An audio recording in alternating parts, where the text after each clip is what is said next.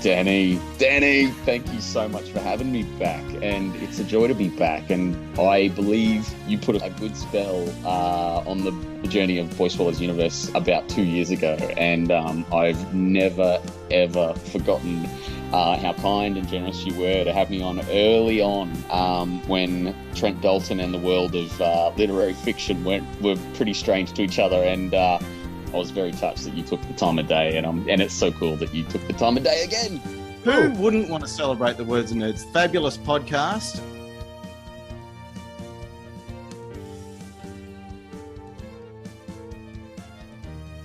You're listening to the 400th Words and Nerds episode. Whether you're a new listener or have been here from the start, thank you for making the time to listen to these conversations about literature and life. Helping me celebrate today are Women Who Podcast, a group of inspiring women contributing to the literary community with their own unique spin on interviewing and the world. Ashley Kalagian Blunt, co-host of James and Ashley Stay at Home. Alison Tait, co-host of So You Want to Be a Writer and Your Kids Next Read. Pamela Cook, host of Rights for Women. Claudine Tonellis, host of Talking Aussie Books. And me, Dani Vee from Words and Nerds. I hope you enjoy the 400th episode. Thank you for listening to the Words and Nerds podcast. On this podcast, we chat about books, the writing process, and how literature has the power to change the world. I'm your host, Dani Vee. Now, the five of us came together at the Sutherland Shire Writers' Festival. We had so much fun, we thought we had to have a sequel. And what better way to celebrate Words and Nerds' 400th birthday? So I bring you again, Ashley. Hello, Ashley. She's chewing. Hello, we're doing a party. I'm eating my cheese.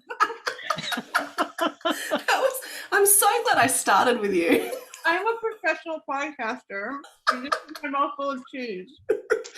Now, you are the host of the James and Ashley Stay at Home. I'm half of the co-host. She's still chewing. Well, tell us what you're eating and what snack you bought. I've got cheese, because you said cheese in the email, and I was like, I haven't had cheese in ages, and so this is like, I'm very excited, but I can't not eat the cheese. I apologize. No, there'll be lots of chewing during this because we're actually in our pajamas and we bought our favourite food. So Ashley has a Mai Tai. I have a Mai Tai. It had an umbrella in it, but then I almost poked myself in the eye, so it no longer has an umbrella in it. We should really release this video. We should not release this video. Definitely not.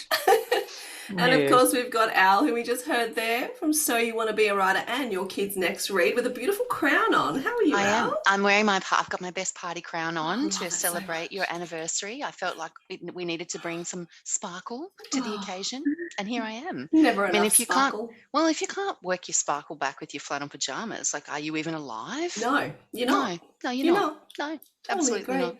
And Ashley's got this beautiful, floral crown on? Yes. Gorgeous. Yes, I feel so, look, I don't look as gorgeous when I go to bed, and look at you. You're like, seriously, feeling very inferior here, actually. You're looking very sultry in your silky flowered pajamas. I love a good dressing gown. Can't beat it. And we also welcome Pamela from Rights for Women. How are you? Glad to have you back. Hi, Dani. Good to be here. I've got my hoodie on. I'm feeling a little overdressed, I have to say, looking at you girls in your sultry little slinky numbers there. Sorry, Al. Yours isn't quite so slinky. I was going to say, babe, I'm here with you in the flannel pajamas. I think we're quite safe. Quite safe. What snacks did you bring, Pamela? No snacks. I've just devoured a hamburger for dinner. Nice. Very healthy, and I'm polishing it off with a nice rosé. Oh, it's a lovely colour there too. And of course, we've got Claudine from Talking Aussie Books, and you've got your beautiful little eye mask on your head, not your eyes. Yes, it's sitting on top you've of got my the forehead. plaits too. We Yes, I've got the plaits. Yes, I thought I'd be a Dani Vee today and just have some plaits on. And thank you so much for having me. I'm so delighted to be here celebrating your 400th episode. That is sensational, absolutely amazing. I am in awe of your achievements. Well, thank you. Yeah, me too. Largely, it's because I'm a massive insomniac, but thank you. I'll take the compliment. It's just because I can't sleep, and instead of just being stressed about not being able to sleep, I just do something else. So I thought, I didn't really want to be host today, so I thought we'd just ask each other questions, right? And who knows where it will go. Hopefully where it was going before we started recording, which maybe not that direction. Hopefully more sensible than that direction. Al will keep us sensible. All right. I'll do my best. I'll put my policeman voice on, shall I? Right. Your beautiful podcast voice, which I love so much. So we've got a couple of topics, but I don't care if we go off topic. We'll just do whatever. But the first one was podcasting. So Ashley, do you want to start? I do want to start. Thank you, Dani. And thank you for letting us all share the hosting role tonight on this very, very fun 400th episode. Alison, I have a question for you. It's a two-part question. Ooh. So when did you first hear the term podcast? Do you remember? What did you think of it when you heard it? But then what was the first podcast that you actually started listening to? Oh, wow. Those are very good questions. Oh, great. Okay, so I think I first heard the term podcast because my co-host Valerie Koo contacted myself and Kerry Sackville one day and said to us, we should start a podcast. And we both went, what's a podcast? Oh, wow. This was a long time ago. This was a while back. 7-8 years, not longer, like years ago. And she wanted to do a podcast about kind of social media and just, she wanted to do a podcast where we just sort of talked about stuff. And we sort of started doing that. And it was quite fun because Kerry and I never agreed on anything. And she told me that she did it on purpose because that was what made, good. And if you've ever read any of Kerry's opinion pieces in the papers, you'll know that she's very, very good at picking the complete opposite of whatever is going on and going down that road. So we had some hilarious times, but it kind of wasn't really working. And she was trying to do too many things at once. And so we decided that we would not do that anymore. And then Val goes, well, we should just do one about writing. And I went, okay. So that's how I heard the term, but it was a long time ago. And at the time, podcasts were not particularly nowhere near like they are now. And the first podcast I ever really probably listened to was actually Serial. I'm a true crime. Yeah. I'm a true crime podcast fan. Oh, we've got good notes. Yeah. And I wasn't really listening, like I was doing a podcast and not really listening to writing podcasts or anything like that, because I didn't want to be at that stage. I was trying to find my vibe and I didn't want to be overly influenced by what else I was hearing. And then I heard about Serial and I thought, I'll give it a go. And I was obsessed, like just hooked and just binging it. And that's when I really understood what a podcast could be. Amazing. Oh, Very good. The first podcast I listened to was Serial as well. I think it was the first one for a lot of people because I think it was the first one that really broke out into conversation outside of kind of podcast people. It was like so many people were talking about it, and I thought I need to listen to this. And I found it fascinating the way that they went, like they took this thing that had happened, but it became a narrative. And that's what really got me in with it was the way they'd structured it. And it was very clever. Like I was just in awe of how incredibly clever the whole thing was, to be honest. And yeah, so that was me going down the road of the true crime podcast. But yeah, but I think starting your own podcast is a whole nother world and brings with it its own big set of challenges. And I'm going to ask Pamela. Hello, Pamela. Hi, Al. What was the greatest challenge that you came across when you were starting your podcast? Well, there's two answers to that question, really, because when I first started on podcasting, I was co-hosting with Kel Butler, and it came out of basically political type conversations that Kel and I had around feminism and women, and we were both writing, and it just sort of morphed into this thing. And Kel said, hey, do you want to start a podcast? And I said, I've never listened to a podcast, but yeah, sure, why not? So that in the initial stages, Kel just said, I'm going to do all the editing, I'm going to do all the production, you just do the talking, the reading. And I'm like, yep, I'm up for that. That's easy. So that was all fine. And I didn't really find it that much of a challenge. It was just sitting down and talking to other writers about writing. It was great. But this year I went solo on the podcast, which meant I had to take over all those other things that Kel was doing. And that has been an absolutely huge challenge. So learning the editing was absolutely the biggest learning curve. And I'm still learning a lot about that, even though I do manage to get out a weekly episode somehow each week. Sometimes I really wonder how. But, and just the uploading it to like all those jobs that Kel was doing basically that I've now taken on as well. So being the producer as well as the host and researcher and everything, it's a bit like independent publishing where you suddenly become, the publisher, that not as well as the writer and the marketer and everything. So that's been a massive challenge for me this year. But I have to say, I love learning, I guess. So even though I am a technophobe and technology just does my head in a lot of the time, it has actually been a good learning curve. So yeah. So I don't know. I think the initial idea for my podcast has changed a lot. Like not a lot. It's sort of morphed from being that feminist type angle, which Kel and I had, even though it was still about writing, more into actual writing and talking to writers about their craft and everything. So my initial vision, I guess, for the podcast with Kel has changed slightly. But Claudine, how about you? Like, has your initial vision for the podcast, like what was that? And is that still where you are now, or has it changed into something different? That's a great question. I mean, largely it is the same as when I started out. I wanted to talk to more Australian writers about their experiences and to spotlight Australian fiction writing. And essentially, I'm still doing that. But I have to say that given, I would say, a fair chunk of my audience are fellow writers, that, I have incorporated a lot of, towards the end of each podcast, I ask each author if they can offer some writing tips, particularly for people in my position who are still, working on that manuscript, trying to get manuscripts polished up and submitted to publishers. So, and that's something I've really wanted to learn as I've gone along. So, yes, it certainly started out as spotlighting Australian authors and learning a bit about the process from them, but more and more it has become, a bit of a go-to for people who are in my position, who are looking looking down the barrel of getting published. And, so a lot of people do listen for that reason.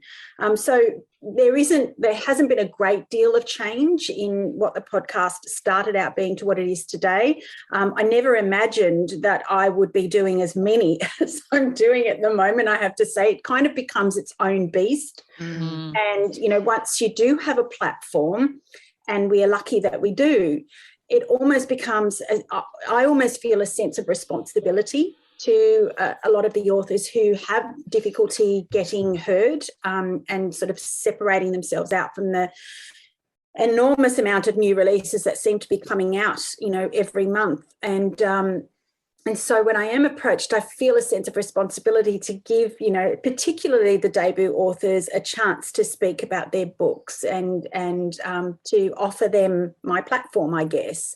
It works both ways, I suppose. I never imagined that I was going to be as busy as I am. And it is a real struggle, I think, for me as an aspiring author to try and balance what I love doing. And I love podcasting. I love reading other books, and I love talking to the authors that I do love talking to.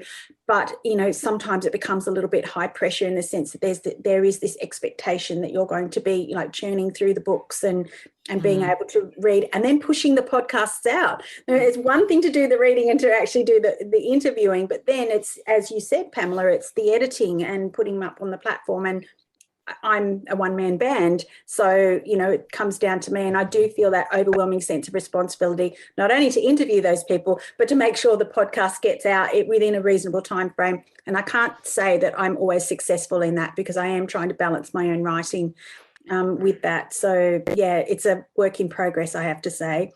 But what about you, Dani? What's your greatest current podcast challenge? It's probably got a lot to do with my personality. It's called saying no, I think. I was going to say, I feel like some boundaries are always a challenge, aren't they?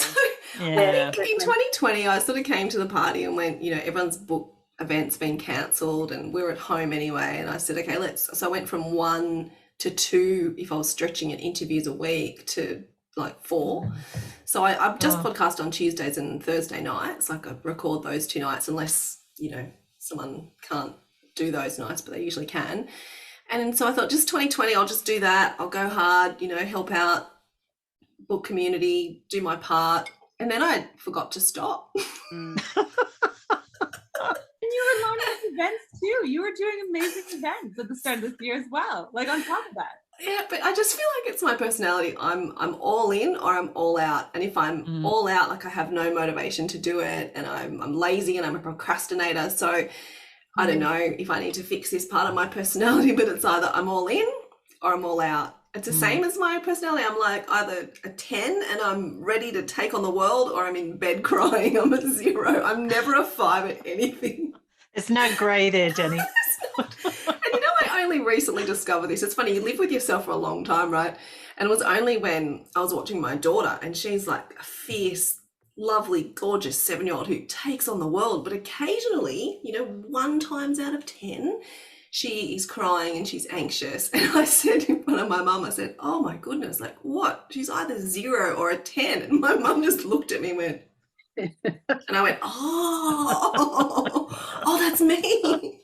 So that was a bit of self-realization. So yeah, so my thing is saying no, but I find it really hard because I love doing this. I love speaking to new people. I love speaking to repeat guests. I love supporting, you know, the book community because they're just the most amazing community. And when I see a great book or someone who's I've spoken to before who's got another book out, I can't help myself. So I don't know. I think say no. Yeah, I think it's something because we just do one a week and we've only ever done one a week, we got to a point, we were doing repeats a bit when we first started, but we just got to a point where we were like, no, we don't do repeats anymore, because there's always new people with new books and all of that sort of stuff. And also I just got to the point with it as well because you know, you hear the one interview or the one podcast episode a week, but then, you know, you don't hear the other, you know, 4 hours that goes into organising all the stuff, planning all the next one, organising, you know, recording the interview, doing the stuff. And I was trying to write, edit, promote my own work, doing all these other things with the family, and I just was like, I can't, you know, I just can't do this, you know. I really got to the stage where I had to be like, I've got to put some shutters up, you know. And so that's what I do. And Your Kids Next Read, we specifically chose not to do author interviews. We don't do them at all on that podcast. We talk about books, we talk about the new releases, we talk about other things, but we don't do the interviews because we don't have the extra 3 or 4 hours a week required to do that. And I also just wanted that to be different. I wanted that to be a conversation between Megan and I wanted it to be an extrapolation and an extension of the conversations that go on within the Your Kids Next Read Facebook group. So I think there's also got to be that, you know, particularly if you're doing 2, there needs to be a point of difference for you. Otherwise, I just feel like I'm repeating myself. You're doing the same thing. And I've had a couple of people that don't do repeats anymore. And, you know, you've got to do whatever works for you. And that's great that we all have the freedom to do that. You know, I think we were talking earlier that we don't really have to answer to anyone, which is beautiful because every other part of your life you're answering to everyone, right? So this is the one thing. It's like, no, I'll do whatever I want. Yeah. And so with me, I'm kind of addicted to repeat guests because I feel like we've already had this amazing conversation. And I'm like, hey, how's it going? And then we just go straight. It's almost like you've just continued the last conversation you've had, even if it's been a year gap. Yeah. And so I get really excited when I speak to repeat guests because I feel like we're best friends, even though we've met only once. Yeah. Old friend with the podcast. Be best friend. Like, oh, let's talk for an hour about stuff. So yeah, it's cool that we can do our own thing. But yeah, look, I don't know if I'm going to solve this problem. I feel like I'm just going to go hard and do what I love and keep doing it until one day people stop listening, and then that'll be like, okay, well, I guess I'll slow down now. Isn't that the key though, Dani? The key is that you're still enjoying it. And I think when you're not enjoying it, then it's time to look at what you're doing. And I have had this same discussion with my husband. I'm so busy with the podcasting and the reading and the researching and I said, and he often says to me, well, you need to slow down. You need to, as Alison says, you need to say no. And I'm like, but I love it. I actually really love doing what I'm doing. And I also love the fact that, you know, and I think many of you will agree that it creates a wonderful network of people around. Yeah, definitely. I would never have met half the people that I have met. I probably would never have met you, Ashley. I probably would never have met you, Dani, nor Alison. I have met Pam before because I did one of her courses before. But having said that, you know, there are people that I now communicate regularly with that I've only met through the podcast. And I find that truly amazing. It's and special, I love right? it is really special. Yeah. It is special to me. Yeah. And I do take quite a bit of time to foster those relationships. And so it isn't always about it's not certainly not about the money.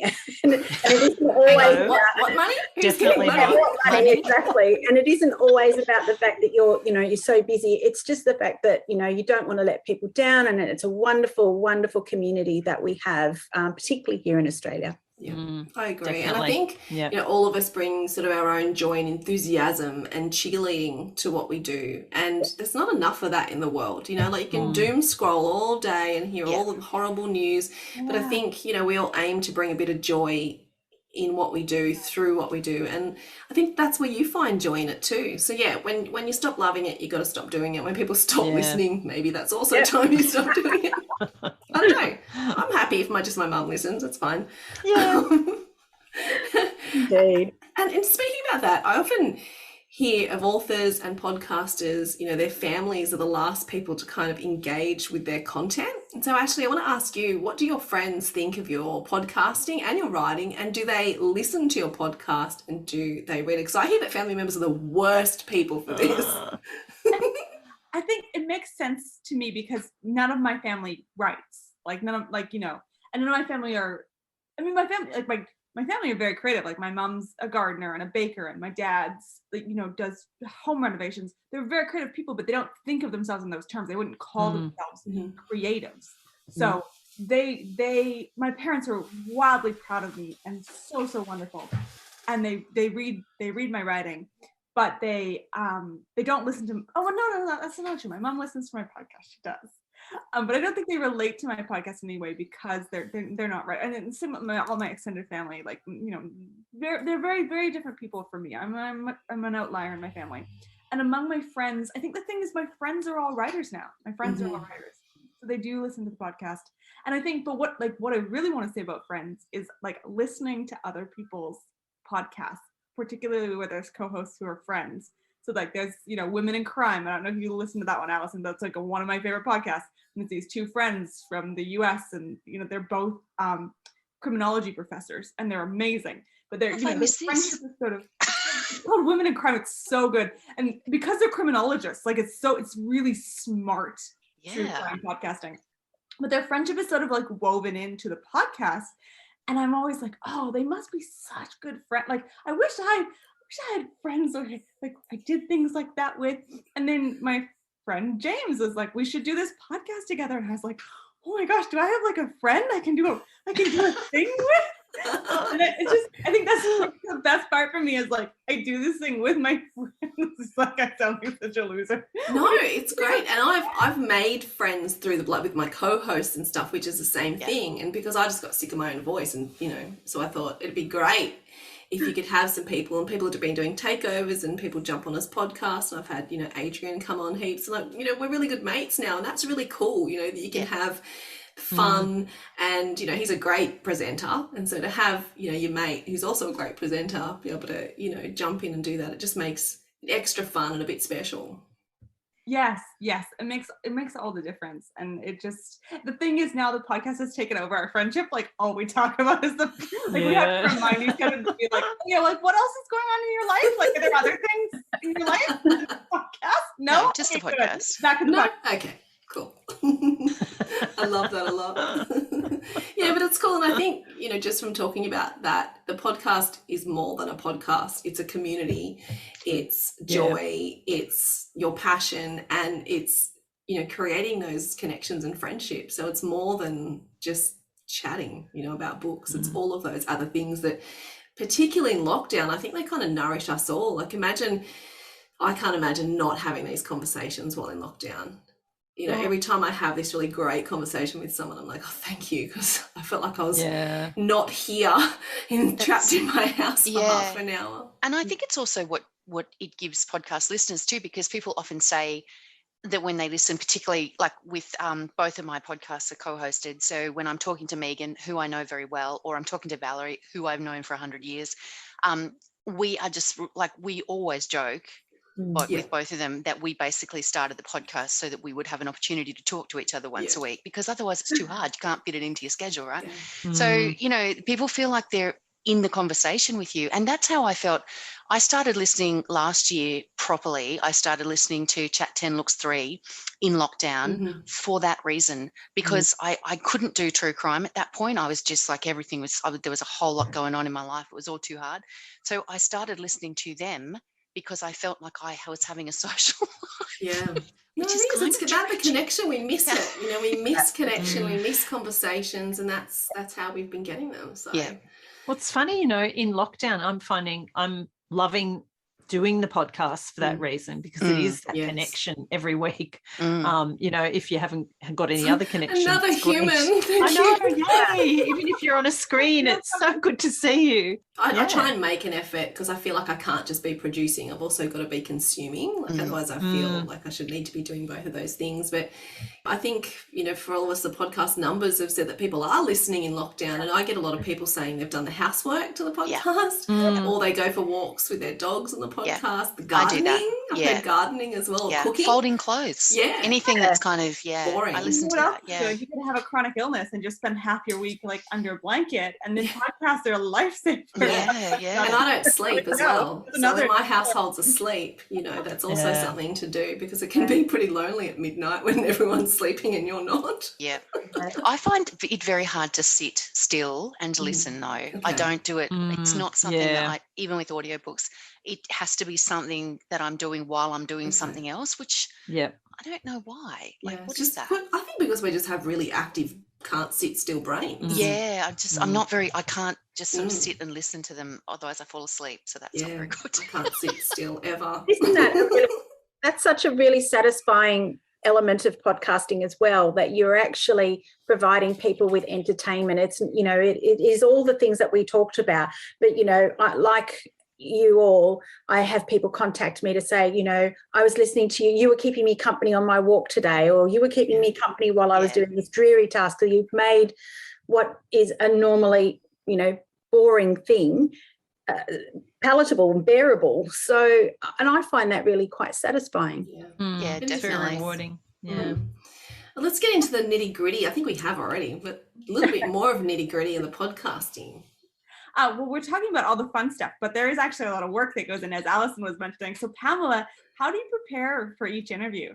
Well, because, as I said, I took it over solo this year, and I did find, you know, like Claudine was saying, that weekly thing of having to read a book, prepare an interview, do the, you know, recording, all that sort of stuff was just overwhelming. And I just thought, I just can't do it that way. So I thought, as a writer, what do I want to hear about? And I divided it up into topics. So, and now each month I do a craft of writing, heart of writing, what's the other one? Business of writing, and a new release episode. So probably for, say, on average, about 2 out of those 4, I have to read like a full book, you know, in order to get, you know, my head around what I'm talking about. But for some of the other ones, like the business of writing, for instance, I might pick someone who's really great at Instagram or really great at some other aspect of writing, and it doesn't really require that, you know, full-on preparation in terms of reading a whole book. So, but generally, you know, it's either reading the book and or doing some research online, definitely looking at the author's website, seeing what they do on their social media. I tend not to listen to other podcasts that they're on. I don't know what it is about that. I just prefer to think, I just want to ask them my questions my way without being influenced. You know, it's a little bit like writers, you know, who don't like to read books in that genre or whatever while they're writing a book. So, it's really just their website, socials, and maybe read an article or two that's been written about them, or a book review or two, and then just dive in. Yeah, I do that exactly the same. I don't want to be influenced and sort of feel like I might be stealing questions. So I don't listen to it till after I've done the interview, because otherwise you feel like you're going to, oh, whoops, I stole all the questions. But I also think you don't want them to be answering the same questions all the time. That's right. What your podcast is individual style. And I think, you know, the great thing about that is that people enjoy being challenged in different ways on different podcast platforms. And so, yeah, it would be terribly boring if they were doing, you know, answering the same questions. I mean, apart from the obvious, what's your book about? Yeah, cool. You know, perhaps. Yeah. You know, apart from the obvious question, I think people really enjoy being challenged with different questions. So, yeah, I do exactly the same thing. I certainly don't listen to others if I know they've been interviewed on another podcast platform, just because I want to be original with the questions that I come up with. Okay, Claudine, let's talk about tips and tricks for interviewing then. When you say you want to come up with original questions, you know, and you want them to kind of, you know, be on your platform, getting your questions, what are some of the tips and tricks that you use to kind of get the best out of your interviews? Yeah, I mean, it's much like what Pamela has already said. You know, obviously, you know, I read the book from cover to cover, and I will research a little bit about the author. I tend to try and pluck out unusual questions for them, you know, come at things a little bit differently, you know, in terms of their themes, or, you know, whether they consciously wanted to explore particular things. And or even their inspiration stories, I find that uncovers a whole treasure trove of, you know, experiences that the author is quite willing to share with their audience. And sometimes you get some real gems of you know, inspiration stories from writers. So I try to come up with different questions, and I just do that by making sure that I'm completely conversant about the actual, like, content of the book, and what kind of experience that they have. You know, are their experiences relevant to the story that they've written? Are they a lawyer? Are they a journalist? Are they a scientist? So I try and, you know, just come up with different questions based on the totality of things that I've read. I don't know about, you know, tricks. I try not to trick people. That's nice to know. It's pretty straightforward. Though I have had a lot of people tell me that my questions are a little bit unusual, and then they've never actually thought about things. So sometimes it does take them a few, well, I haven't thought about that. And so it is always interesting to me that that I seem to come up with unusual questions, because they're not very unusual to me. But so there's nothing else to say other than just, you know, research and know the book and know who you're interviewing. Obviously, that's probably par for the course. But you know, a lot of authors will tell me that sometimes they're being interviewed by people, particularly on radio, not necessarily on podcasts, that haven't read their book, and so it feels a little bit disingenuous or superficial. So yeah, I just try to give people a platform where they could really talk about their book, say whatever it is that they want to say about their book. I always tell authors, like, one of the things that I do as part of, you know, some of the, I've got blog posts and various things about things, but I always tell authors to go into an interview expecting that the interviewer will not have read their book, because most of the time they won't have, particularly with radio, particularly with news, with that sort of stuff, because they don't have time. Like, it's, you know, like having been a journalist, you know, you don't have the time. So they will read the first 5 pages in the end, get the voice, and hope that there's not some major twist in the middle that they're totally missing out on. But authors need to go in prepared to be like, you know, fill the gaps and be bringing up the things that they want to talk about their book as well. Because that is something that I do, and I know I'm going slightly off topic here, but that is something that I do always say, is that, you know, the podcast host or the radio host or whatever has a job, and you also have a job, and your job is to meet them, you know, halfway and bring to the interview the information that you want to get across. Because otherwise, you know, I mean, I've had interviews, I think we all have at given different times. They haven't read the book, they don't even know your name half the time, and you end up talking about stuff that has absolutely not one thing to do with your book. And the only way to make it kind of work for you on any level is to bring it back to your book, So the fact that you know, read the whole book is a huge advantage, and it is always going to set you up to ask questions that they don't get asked by other people, because by other people they're getting asked, you know, so what's your book about? Yeah, look, that's a really good point, and it's something that I have noted, and I will tell aspiring authors, is that it is horses for courses. When you're on a 3-minute radio interview, you're not going to expect That's right. the person to have read your book and be totally prepared and going to ask you in-depth questions about your book. And so I totally agree. I do say to all my podcast guests that it is their interview. So, you know, even if it's not a question I'm asking, but if there's one, they want to say something about their book, then this is their chance to say it. It is their time to shine. Can I come on your podcast? It sounds really good. Yeah, absolutely. It is really good. I don't do that. I run the interview.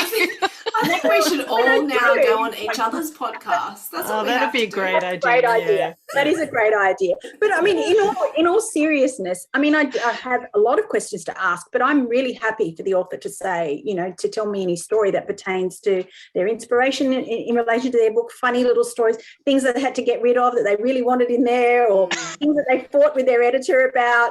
I love all those Same, stories. Claudine. I think mine should be called Words and Tangents, because we're just like, hang on, right, we were here to talk about a book. All right, cool. Let's go back to that. Yeah. No, but the tangents are, and Interesting. when I'm They're writing, gold. you know, when I'm writing how to for interviewers on the other side of the fence, I'm always like, if someone says something Go that with makes it. your ears prick up, you follow that as Yeah. far as you Yeah. can, Absolutely. because that's where the good stuff is. I had an interview with he's a debut author, and he's also a GP and a cosmetic GP as well. So we started talking about Botox and counselling and all this stuff, and I was like, hang on, wait, also your book. About your Didn't you write a book But one it was time? so interesting. Like, it was so interesting to I hear love about that. all this stuff. So, you know, if you want your Botox tips, that's coming out soon. Nice. I need that. I need that. Well, Okay. I'll tell you what I found out though. I grind my teeth because I have, you know, some anxiety going on. So I grind my teeth at night, sleeping. Did you know that you can get Botox to stop that from happening? No, Mind Did blown. not know that. I didn't know Yeah, that. mind blown, because I do that too. Me too. Yeah. I'm lining up. So I said to him, next time I'm in Victoria, will you fit me in? So during my It's all about the interview, connections. during my interview, God, I I love made it. a Botox appointment so I could stop my teeth from grinding. Perfect. Cool, right? I think you should take us all with you. We'll have a Let's do weekend it. retreat to Victoria Podcast to get our team. Botox. 5-person Writing discount. retreat, Botox retreat. Guys, it's medical. It's for medical purposes. If I happen to look better as a result, that's not my fault. It's for medical purposes. Of course. I'm going to stick to that. Sorry, Claudine. Oh, that's all right. That's all right. It's all good. So talking about, you know, having guests on podcasts and, you know, the network that we create around ourselves, I wanted to ask Ashley, what would you do, or what do you do if you and your guest are not vibing? Oh, that's such an interesting question. First, all our guests have been amazing, and they've been great. I think one of the things that happens, so James and I both have chronic illness, and I have chronic fatigue syndrome. He has chronic inflammatory demyelinating polyneuropathy, which I had to learn for the podcast how to say it. And the major component of both of those things is fatigue, and that's both physical and mental. And so what does often happen is one of us is fatigued and is having a harder time. So the not vibing is happening on our end because we're just not well enough to follow the conversation and be sufficiently engaged. But that's the great thing about doing it together is, and I mean, we know each other so well that we can often pick up on that and pick up the slack. And James is also just fantastic at just talking to people. Like he's just like a natural, you know, podcaster, interviewer, because he worked in palliative care for a number of years. He's also a nurse, like just on top of, you know, winning the Penguin Literary Prize and other things that he does. What a winner. Classic overachiever. Yeah, exactly. He's still in his 20s, this man. James, we think you're a winner. Yeah, wow. He is single, ladies. Happen to be in regional New South Wales. I don't know how you'd feel about me saying that. Just slide into Ashley's DMs and she'll set you up on a date. I'm a matchmaker for my podcast co-host tonight. He works in ED right now, which has been interesting during COVID, of course, but prior to that, he worked in palliative care, and he's just great at having conversations with people. And I guess, you know, being in that situation where you're around people who are dying, I mean, you get used to having conversations and talking about, like, you know, things that matter. And so he's great. So I just feel like he's 10 years younger than me, and I just feel like I learned so much just from working with him. So, but we really have each other's backs in terms of interviewing. And there's one episode, so we do episodes where it's just James and I talking about sometimes writing issues, sometimes health issues, and we have an episode where we have outtakes where we've talked about when we've done interviews that have been particularly difficult for one of us, and just talking afterwards about how we felt. And there's just, you know, one where I was just like so tired that I was just through the whole interview, I was just about to burst into tears because the fatigue was so bad. And we just talk about what that's like for us, and how we cope with that. And I think that's one of the real strengths of the podcast, is that we have that vulnerability, and so we make that space open for our guests to be equally vulnerable, which has been really, really rewarding. I love that. That's amazing. Yeah. I'm just going to, you know, lift the tone a bit and ask Alison, what's your biggest fail? Oh, beauty. Nothing I like better than just airing my great failures in public. I have to tell you that all of the failures that we have ever had have just all related to complete technical ridiculousness. So I am the least tech person ever. The fact that I do this stuff on a daily basis, it just astonishes me. And I only do it because I get dragged through it with Val, and then, you know, I do it myself for Your Kids Next 3. But I get help. Like, I have to say, I have to get someone to help me with the production stuff, because I don't have time, and I can't, you know, think about it too much. But the failures, so we have had situations where we've recorded an entire interview and our end has recorded and the other end has not. Yes, we have. And the only thing that you can do is contact the person and say, I am so sorry. You are not going to believe this happened. We need to do this again. And it always seems to be, when I say always, it's only been once or twice in the whole 8 million years, but it's the really good ones. It's the ones where the interview is like so sweet and so good, and there's so much good stuff. And then you have to do it again, and you just know it's not going to be the same. You're not going to get the same joy out of it. So the failures have always been that sort of stuff. I have a complete, also, I always check before I hit record about the pronunciation of things, because I have had situations in the early days where I would read an intro pronouncing things as I thought they were pronounced, and they were not pronounced like that. Which is just like, and then you just get corrected. And I mean, what can you do? You laugh, right? But you also feel like a complete idiot. So so I always like go through everything and make sure that I'm pronouncing things correctly before I start. But yeah, look, it's, you know, like it, the failures haven't been too hideous, apart from the lack of recording on the other end. That was pretty bad. But yeah, no, but you learn from everything. And people, the thing that always astonishes me is that, well, it doesn't even, not even astonish me anymore. People are so good about stuff. Like, you get so stressed about these things, particularly if you're talking to someone who's, you know, higher up the food chain than you are, or, you know, a big star or whatever. And I wrap myself up, you know, work myself up into a state about these things. And then they're just the nicest person in the whole world, and it's totally fine, you know. And even if you make a mess of it, you go back and you do it again, and it's not the end of the world. And I think once you've done, you know, 400 odd episodes like we have, and as you have, Dani, you know that it's all doable. Like, it's all fixable, and it'll be all right. And you just have to basically, you know, dive on in and hope for the best. Yeah, that's exactly right. Yeah. Well, I think we've all had some fails like that, Al. I've definitely had a few. I'm trying to think of who they were, but I know I've had at least 2 where it didn't record, and I've had to do the, please, can we do this again?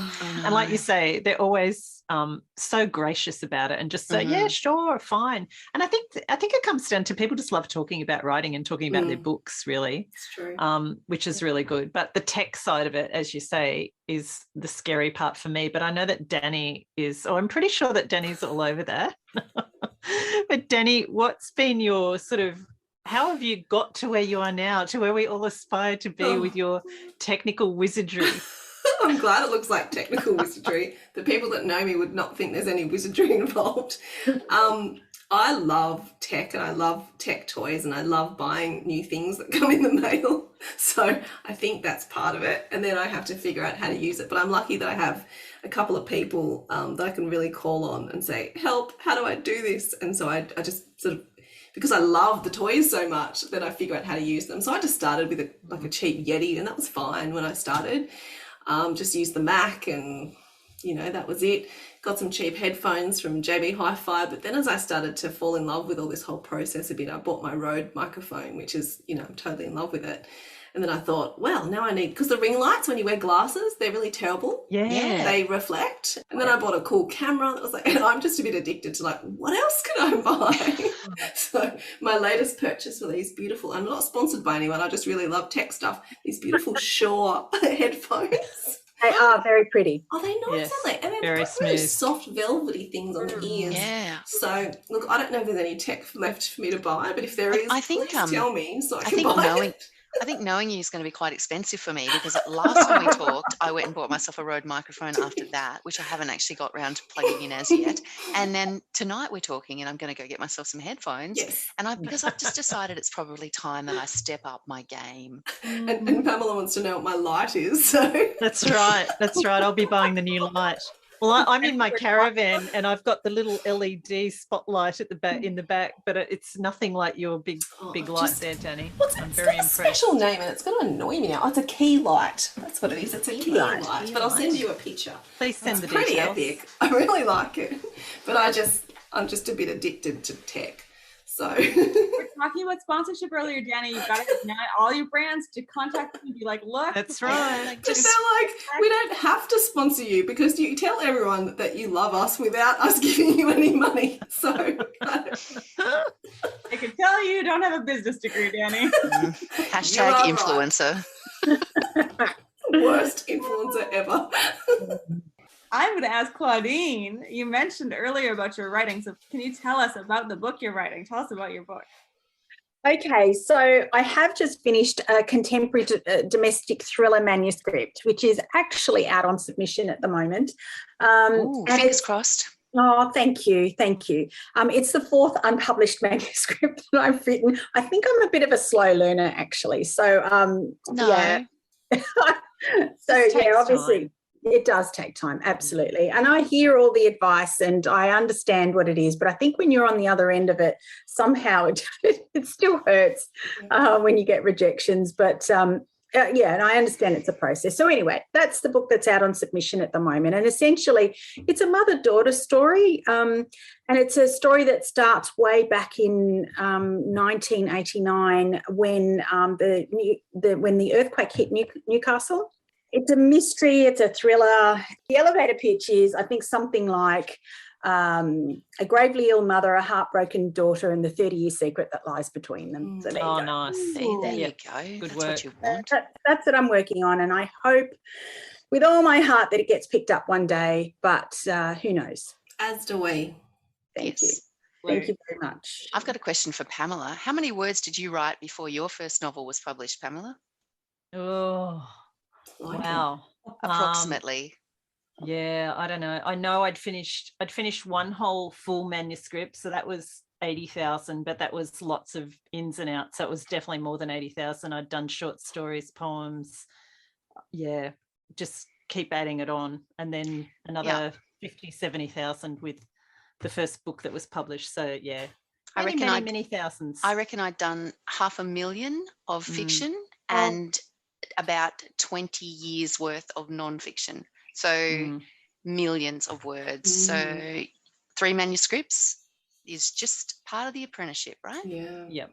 And someone said, I forget who said it, you have to write 1 million words to be able to write good words. That's a lot of words. It's a lot of words. Yeah. Yeah. They say that about everything, don't they? Like 10,000 hours of whatever Yeah. you're doing before you Yeah. actually even start to think about cracking it. So Yeah. yeah. So Just how keep many hours of plodding on. podcasting do we have to do Oh, before we get it right? Another 400 episodes. I'll be looking forward to another 400 episodes. It makes me I've got a feel question tired. I've got one for Ashley.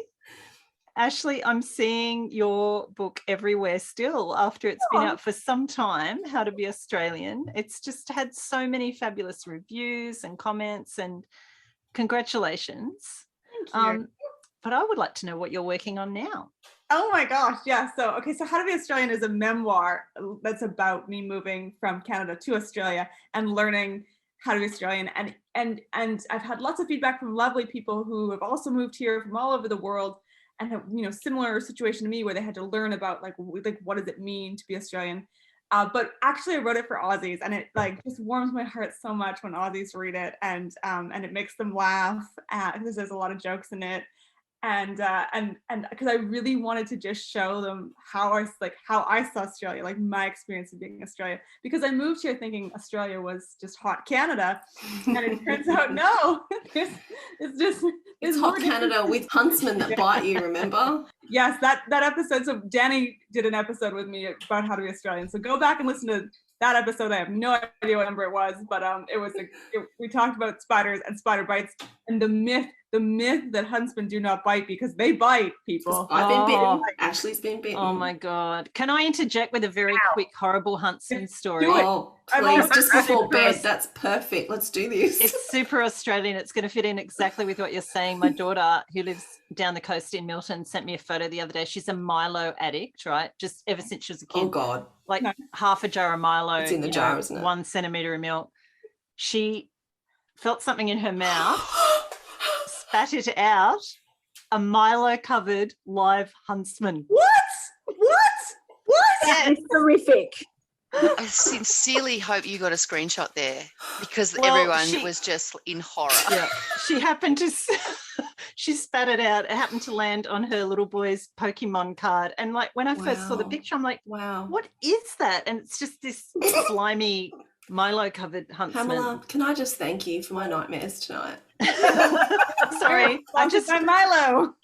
I had to throw that into the whole Australian thing. That was. I've collected a lot of spider stories, Pamela, and that was the best spider story. So if you're thinking about coming to Australia post-pandemic, this is what you can expect. There's probably a children's book in that, Pamela. You should probably work on that. I know, yeah. So Ashley, what are you working on now? No, I'm getting there. She's working on her nightmares. Oh my God. I'm writing and this is actually very exciting. I'm writing a psychological thriller, and I just this week, after 2 years, have finished the first cohesive draft that you could read from start to end as a book. Well done. Copy process. Thank you so much. I rewrote the first 40,000 words about 3 times, like trying to figure out my way. And the thing is, like, I love crime, I've always read thrillers and true crime, and I've just never quite been confident enough to try writing it. And I finally, I think it was the illness just like tanked my whole life. And so that kind of gave me the freedom to be like, well, why don't I just try this thing that I've always wanted to try? So, I'm kind of in the same place as Claudine, where I'm like, I don't know where this is, like what's going to happen with this, but let's give it a go. But man, if I can make this work, I would love to be a crime writer. Crime writers, they're just my people. Love this. Love it. Yeah. Now, Al, I saw today on Instagram that you started a new project. Oh, I'm editing. I can show it to you right here. Here it is. What is this new project you speak of? It's a Well, it's actually it's a book that I wrote 18 months ago, 2 years. Like, I've always got things going. Like, there's always manuscripts, and this is it's at about third draft stage. It's a middle grade, and I am I'm doing another edit on it to see if I can get it over the line with my publisher. Hopefully, it will be my next book. Excellent. I was very intrigued today when you had it covered over and you had chapter 1 and you had new projects. Well, it's one of those things too, I love it, because though. I haven't looked at it for a long time, at least a year. And I had a book hangover. Like, you launch a book, there's a hangover about 4 or 5 weeks later where you kind of, it's all a bit, and I needed to start something new and I couldn't really think of, what I was going to do and whatever. And then I remembered that I had this and I thought, I'll have another go. I'll read it. I'll have another look at it and see, where it's up to. And in the joyous twist of fate, it's just a lot better than I remembered it being. So that was my next question. Excellent. My next question was, how did you find it a year later? Like, did you go back and say, I'm a genius? Not exactly, but I did go. There is one section in it that is obviously the section that was worrying me last time, and now I can see what the problem with it is, which is Isn't that great. good? Just giving it some air. Yeah, but there's a lot in it that I'm really loving, and I feel like it's look, put it this way, let's just all cross our fingers and toes, and get it over the line together. Toes and fingers crossed. Cast PJ party over the line. That'd be good. Yeah, absolutely. Yeah. I think it's time for a Dani question. We're very good at this, aren't we? Yeah, we certainly are. You have a book coming out. I do. Can you tell us about that? Yeah. So I did this Publishing Insider, as you may or not know, series with Adrian. It was his idea, and we interviewed all the publishing houses that we loved. And I said, I need to interview Larrikin House. I just love the picture books that they're doing. So we interviewed, James the publisher, which was really cool. And then I decided, he emailed the next day and said, great interview. It's been really popular, getting heaps of submissions, blah, blah, blah. And so I was a bit cheeky. And I said, well, I hope you don't have too many submissions because I want to submit something. He's like, well, let's do this. And I'm like, oh, shit, I'm so unprepared. Anyway, as is true, Dani style, I just went forth and did it. And I had this idea, I don't know how much I can say, but I had this idea about, motherhood and identity and how important it is to try and find that identity of yours after we're in that fog of children. So that's where I was coming at, and it's a bit quirky though. And so it happened really fast, as it does with small publishing companies. And so I pitched. They gave me a week to submit something, submitted, and then that week I got a 3-book deal. Dani, that's amazing. Yeah, that's pretty cool. Thank you. See, the power of podcasting. Yeah, that's right. So that'll be 22, but can I just add my little crime fascination, because Claudine and Ashley talked about crime, so I won't mention who, but I just missed out on the shortlist of an award recently. And so they rang me and said, you've just missed out, we're sorry. And I'm like, that's the best news ever. Like, I just missed out. They thought it was bad news, but I was like, it's the best news ever. This is how I approach life. I came 8th. That's amazing. It is amazing. That's amazing. I actually came 5th, but anyway, I was excited. Nice. But they asked me to rewrite it and resubmit it. And that's a crime novel that I was writing for Nano, because I hadn't come out of my writing closet yet. But when I did Nano with Tristan Banks and Julianne Negri and Adrian Beck, Adrian's like, are you going to tell people you're writing? I'm like, well, we're doing Nano, so I probably should. I'll just sit here while you guys write. I don't know. And so it's really cool that nothing may come of it, but I have this chance, I guess, to resubmit. They've given me heaps of feedback, so I will send it back. And that's what I'm going to be working on. I took some leave next week, so I've got 11 days leave. So I'm just going to smash it out and put it out to the world and see what happens. So well done. How cool would it be if the 3 of us had some crimey thing come out together? Yeah. Well, I'm much more hopeful for both you and Ashley, but I think that is amazing, amazing news, and well done you. Thank Congratulations. you. Yeah, it's pretty cool. Absolutely. That's fantastic. Very exciting. I can't wait to see all 3 of our crime novels appearing in Insta stacks together. With a picture book. Like, how weird is that, picture book and crime? Like, I love that for my brain though. Like, my brain loves that. It's perfect. Just can't cross them over. Perfect. Yeah. I love the idea of writers, and I know lots of writers who do this, but I love the idea of writers being able to write different genres and be successful at it. Because I hear a lot of people say that once they get a publishing deal that they're kind of locked into a particular genre, and their publisher doesn't like them to go outside that genre. But then, more and more seeing lots of people that go outside their genre, who do kids' books or who do middle grade fiction. Jack Heath. Jack Heath does it seamlessly. He writes about cannibals, and then he writes these amazing kids' books. Like Jack Heath, Jackie French, obviously, the queen. Yeah. But Jack Heath does it so seamlessly with crime, you know, like it can be done, definitely. Yeah. I love in his crime books though, if you've ever opened the front page, it says the disclaimer, this is not a kid's book. It's my favourite thing ever. Just in case you were wondering.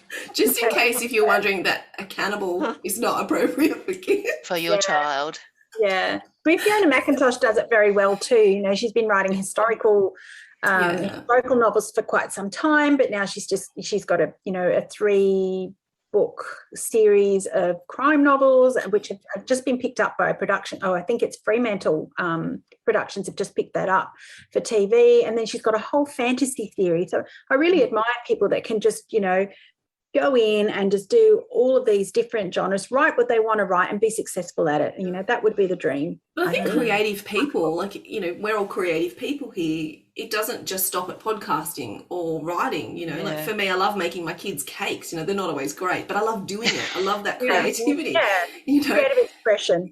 So that creative expression comes out in all different places, not just that one thing. So exactly what you say, I think you can be creative in many avenues more than just one, which is pretty cool. 100%. Well, I have had the best time. I think that spending the 400th episode with, 4 amazing women who are successful and creative and enthusiastic and joyful about books and life and literature and the community that we are immersed in, I just think that is an amazing episode to have. So thank you so much for joining me and having your beautiful questions and wearing your crowns and your pajamas and bringing a cheese. It's been an absolute pleasure, really, Dani. Congratulations and thank you very much for having us. Dani. Thank you. Thank you so much for having us, Dani, and thank you to all for your lovely questions and answers. This has been like the best lockdown energy vibe of for sure. The whole pandemic. Thanks, lady. So post-lockdown, lock in, writer's retreat. Oh, totally. Good. Gum Botox. I didn't want to mention the Botox. Are we actually inviting other people or are we just going with us? No, just us. See you later, guys. Good night, everyone. Bye. Thank you so much. Thank you, Dani. Thanks, Dani. Bye.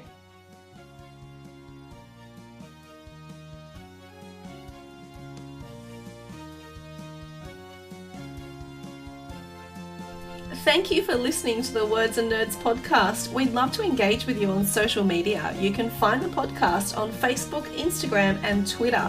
Dani Vee Books, Words and Nerds podcast. You can also subscribe wherever you listen to your podcasts. Stay safe and read more books.